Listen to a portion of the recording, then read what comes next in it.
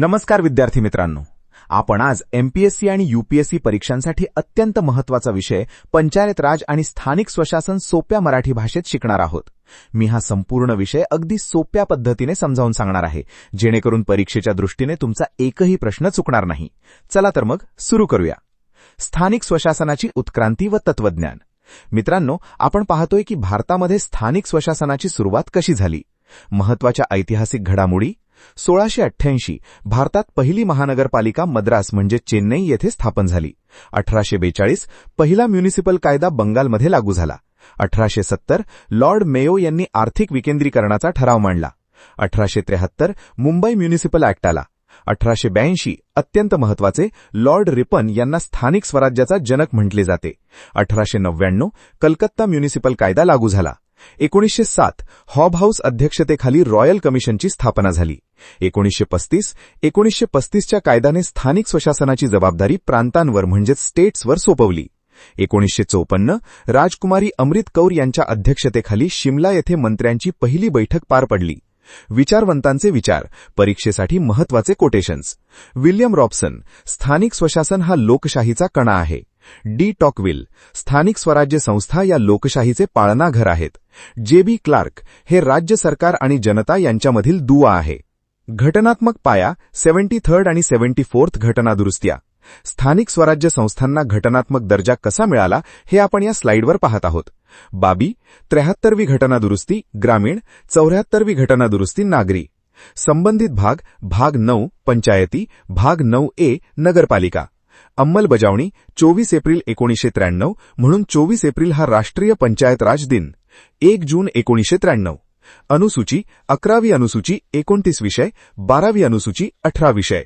महत्वाची कलमे 243A ग्रामसभा, 243Q नगरपालिका स्थापना, 243B पंचायतींची स्थापना, 243R रचना, 243C रचना, 243S वॉर्ड समित्या, 243D किंवा T महिला SC/ST आरक्षण, 243E किंवा U 5 वर्षांचा कार्यकाळ, 243I किंवा Y राज्य वित्त आयोग, 243K किंवा ZA राज्य निवडणूक आयोग, 243ZD जिल्हा नियोजन समिती, 243ZE महानगर नियोजन समिती. केंद्रस्तरीय समित्यांचा प्रवास. केंद्र सरकारने पंचायत राजच्या विकासासाठी कोणत्या समित्या स्थापन केल्या त्याचा हा कालानुक्रमे प्रवास आहे. 1. बळवंतराय मेहता समिती 1957 यांनी त्रिस्तरीय रचनेची शिफारस केली. व्ही.टी. कृष्णमाचारी 1960 गावाचा विकास आराखडा तयार करण्यावर भर दिला. संथानम समिती 1963 दरडोई ₹1 अनुदानाची शिफारस केली. तख्तमल जैन 1966 जिल्हाधिकाऱ्याला जिल्हा परिषदेपासून मुक्त करण्याची शिफारस केली.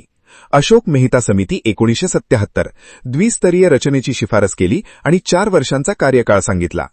जी.व्ही.के. राव समिती 1985 यांनी पंचायत राजला मुळांशिवाय रोप म्हणजे ग्रास विदाऊट रूट्स अशी टीका केली आणि जिल्हा विकास आयुक्त पदाची शिफारस केली. एल.एम. सिंघवी समिती 1986 यांनी पंचायत राजला घटनात्मक दर्जा देण्याची सर्वात महत्त्वाची शिफारस केली. पी.के. थुंगन समिती 1988 दर 5 वर्षांनी निवडणुका आणि जिल्हा नियोजन संस्था स्थापन करण्याची शिफारस केली. महाराष्ट्र राज्यस्तरीय समित्या. आता आपण महाराष्ट्रातील समित्या पाहूया. 1 मे 1962 रोजी महाराष्ट्रात पंचायत राजची सुरुवात झाली.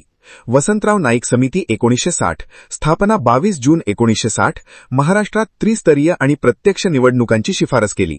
ल. ना. बुंगीरवार समिती 1970 न्याय पंचायती रद्द करण्याची शिफारस केली. बाबूराव काळे समिती 1980 बीडीओला वर्ग 1चा दर्जा दिला आणि सरपंच समिती स्थापन केली. पी.बी. पाटील समिती 1984 जिल्हा विकास नियोजन व मूल्यमापन मंडळाची शिफारस केली. पोपटराव पवार समिती 2016 सरपंचांची थेट जनतेतून निवड करण्याची शिफारस केली. त्रिस्तरीय पंचायत राज रचना. महाराष्ट्रात पंचायत राजची त्रिस्तरीय रचना कशी आहे ते समजून घेऊ. 1. जिल्हा स्तर जिल्हा परिषद, राजकीय प्रमुख जिल्हा परिषद अध्यक्ष, प्रशासकीय प्रमुख सीईओ हे IAS दर्जाचे अधिकारी असतात. तालुका स्तर पंचायत समिती, राजकीय प्रमुख सभापती, प्रशासकीय प्रमुख बीडीओ म्हणजे गट विकास अधिकारी. ग्रामस्तर ग्रामपंचायत, राजकीय प्रमुख सरपंच आणि उपसरपंच, प्रशासकीय प्रमुख ग्रामसेवक यांची नियुक्ती सीईओ कडून केली जाते. ग्रामपंचायत. ग्रामपंचायतीचे नियम व रचना पाहूया. स्थापना निकष: महसुली गाव असावे, लोकसंख्या 2000 पेक्षा जास्त असावी आणि दरडोई उत्पन्न कमीत कमी 30 रुपये असावे. सदस्य संख्या 7 ते 17 लोकसंख्येच्या प्रमाणात. नेतृत्व: सरपंच आणि उपसरपंच. कार्यकाळ 5 वर्ष. टिप्पणी: उपसरपंचासाठी आरक्षण नसते. सभा: वर्षातून किमान 12 ग्रामपंचायत सभा आणि किमान 4 ग्रामसभा होणे बंधनकारक आहे. प्रशासकीय प्रमुख, ग्रामसेवक, वर्ग 3 कर्मचारी. अविश्वास ठराव: मागणीसाठी 2/3 सदस्यांची सही आणि मंजुरीसाठी 3/4 बहुमत. नियम: सरपंच निवड झाल्यानंतर पहिले 2 वर्ष आणि कार्यकाळाचे शेवटचे 6 महिने अविश्वास ठराव मांडता येत नाही. पंचायत समिती: सदस्य संख्या 4 ते जिल्हा परिषद सदस्यांच्या दुप्पट. विषय: एकूण 75 विषयांवर काम चालते. नेतृत्व: सभापती आणि उपसभापती. प्रशासकीय प्रमुख, गट विकास अधिकारी, बीडीओ. सरपंच समिती कलम 77A. अध्यक्ष पंचायत समितीचे उपसभापती, सचिव, विस्तार अधिकारी. सदस्य 15 सरपंच किंवा एकूण सरपंचांपैकी 1/5 सदस्य. जिल्हा परिषद स्थापना 1 मे 1962. सदस्य संख्या 55 ते 85 थेट निर्वाचित सदस्य. कामकाज विषय: 129 कामे जिल्हा परिषदेकडे असतात. प्रशासकीय प्रमुख, मुख्य कार्यकारी अधिकारी, सीईओ, IAS दर्जाचा. समित्या एकूण 9 समित्या असतात. 1 स्थायी समिती, 8 विषय समित्या. स्थायी समिती याचे अध्यक्ष खुद्द जिल्हा परिषद अध्यक्ष असतात आणि एकूण 13 सदस्य असतात. नागरी स्थानिक स्वराज्य संस्था. शहरी भागातील स्थानिक स्वराज्य संस्थांचे 3 प्रकार आहेत. 1. नगरपंचायत. संक्रमण क्षेत्र म्हणजे ग्रामीण भागाकडून शहरी भागाकडे रूपांतरित होणारी क्षेत्रे. लोकसंख्या 10,000 ते 25,000. 17 निर्वाचित सदस्य असतात. नगर परिषद लहान आणि मध्यम शहरे. लोकसंख्या 25,000 पेक्षा जास्त. अ वर्ग 1 लाखापेक्षा जास्त. 38 ते 65 सदस्य. ब वर्ग 40,000 ते 1 लाख. 23 ते 45 सदस्य. क वर्ग 25,000 ते 40,000. 17 ते 38 सदस्य. महानगरपालिका मोठी शहरे. लोकसंख्या 3 लाखापेक्षा जास्त. महाराष्ट्रात सध्या एकूण 28 महानगरपालिका आहेत. बृहन्मुंबई ही सर्वात मोठी मनपा आहे. 236 सदस्य. राजकीय प्रमुख, महापौर. कार्यकाळ 2.5 वर्ष. प्रशासकीय प्रमुख, महानगरपालिका आयुक्त, IAS अधिकारी. कटक मंडळे व नियोजन समित्या. कटक मंडळे नियंत्रण केंद्र सरकारचे संरक्षण मंत्रालय म्हणजे मिनिस्ट्री ऑफ डिफेन्स. कायदा कॅन्टोन्मेंट कायदा 2006. अध्यक्ष क्षेत्राचे मुख्य सैनिकी अधिकारी, कमांडिंग ऑफिसर. भारतात एकूण 62 कटक मंडळे आहेत तर महाराष्ट्रात 7 आहेत. पुणे, खडकी, देहू रोड, देवळाली, कामठी, नगर आणि औरंगाबाद. नियोजन समित्या. जिल्हा नियोजन समिती कलम 243 ZD. अध्यक्ष पालकमंत्री, सचिव, जिल्हाधिकारी. 80% सदस्य निर्वाचित. महानगर नियोजन समिती कलम 243 ZE. कमाल सदस्य 45. 2/3 सदस्य निर्वाचित.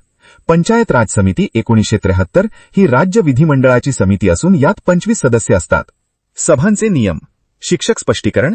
परीक्षेत सभांच्या अंतरावर आणि गणसंख्येवर थेट प्रश्न येतात. हा तक्ता व्यवस्थित लक्षात ठेवा. संस्था 2 सभांमधील अंतर. वर्षातून किमान 12 सभा. सर्वसाधारण नोटीस 3 दिवस. विशेष नोटीस 1 दिवस. गणसंख्या 1/2. पंचायत समिती 1 महिना 12, 10 दिवस, 7 दिवस, 1/3. जिल्हा परिषद 3 महिने 4, 15 दिवस, 10 दिवस, 1/3. नगर पंचायत, नगर परिषद, मनपा 1 महिना 12, 7 दिवस, 3 दिवस, 1/3. अविश्वास ठराव भाग 1. ग्रामपंचायत. मागणी 2/3 सदस्यांची सही. अर्ज व अध्यक्ष तहसीलदार. मंजुरी 3/4 बहुमत. नियम: सरपंच निवड झाल्यानंतर पहिले 2 वर्ष आणि कार्यकाळाचे शेवटचे 6 महिने अविश्वास ठराव मांडता येत नाही. पंचायत समिती. मागणी 1/3 सदस्य. अर्ज व अध्यक्ष जिल्हाधिकारी. मंजुरी 2/3 बहुमत. महिला सभापती असल्यास 3/4 बहुमत. नियम: निवडीपासून पहिले 6 महिने मांडता येत नाही. अविश्वास ठराव भाग 2. जिल्हा परिषद. मागणी 1/3 सदस्य. अर्ज व अध्यक्ष जिल्हाधिकारी. मंजुरी 2/3 बहुमत. महिला अध्यक्ष असल्यास 3/4 बहुमत. नियम: निवडीपासून पहिले 6 महिने ठराव मांडता येत नाही. नगर परिषद. मागणी 1/2 सदस्य. अर्ज व अध्यक्ष जिल्हाधिकारी. मंजुरी अध्यक्षांविरुद्ध 3/4 बहुमत. उपाध्यक्षांविरुद्ध 2/3 बहुमत. नियम: एकदा ठराव फेटाळल्यानंतर पुढील 1 वर्ष पुन्हा मांडता येत नाही. टॉपर्स रिव्हिजन ट्रिक्स आणि फॅक्ट्स. शेवटी काही अतिमहत्वाच्या ट्रिक्स आणि तथ्ये. स्मरणिका म्हणजे मेमरी ट्रिक. पंचायत राज स्वीकारणारी राज्य क्रमाने लक्षात ठेवण्यासाठी. रात को पंप. आर. राजस्थान म्हणजे पहिले राज्य. A. Andhra Pradesh. A. Assam. T. Tamil Nadu. K. Karnataka. O. Orissa. P. Punjab. U. Uttar Pradesh. M Maharashtra 9वे राज्य, पी पश्चिम बंगाल. महिला आरक्षण महाराष्ट्रात पंचायत राज संस्थांमध्ये स्त्रियांसाठी 50% आरक्षण आहे, केंद्रीय कायद्यात 33% आहे. पंडित जवाहरलाल नेहरू यांचे विधान, जोपर्यंत लोकशाहीचा विचार खालच्या म्हणजेच खेडे स्तरापासून होत नाही तोपर्यंत लोकशाही यशस्वी होऊ शकत नाही. विद्यार्थी मित्रांनो, मला खात्री आहे की हा संपूर्ण घटक तुम्हाला अगदी व्यवस्थित समजला असेल.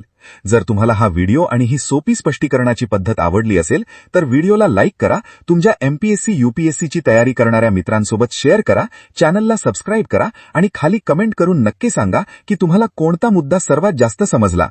पुढील पाठात आपण अशाच एका महत्त्वाच्या विषयावर चर्चा करूया. All the best.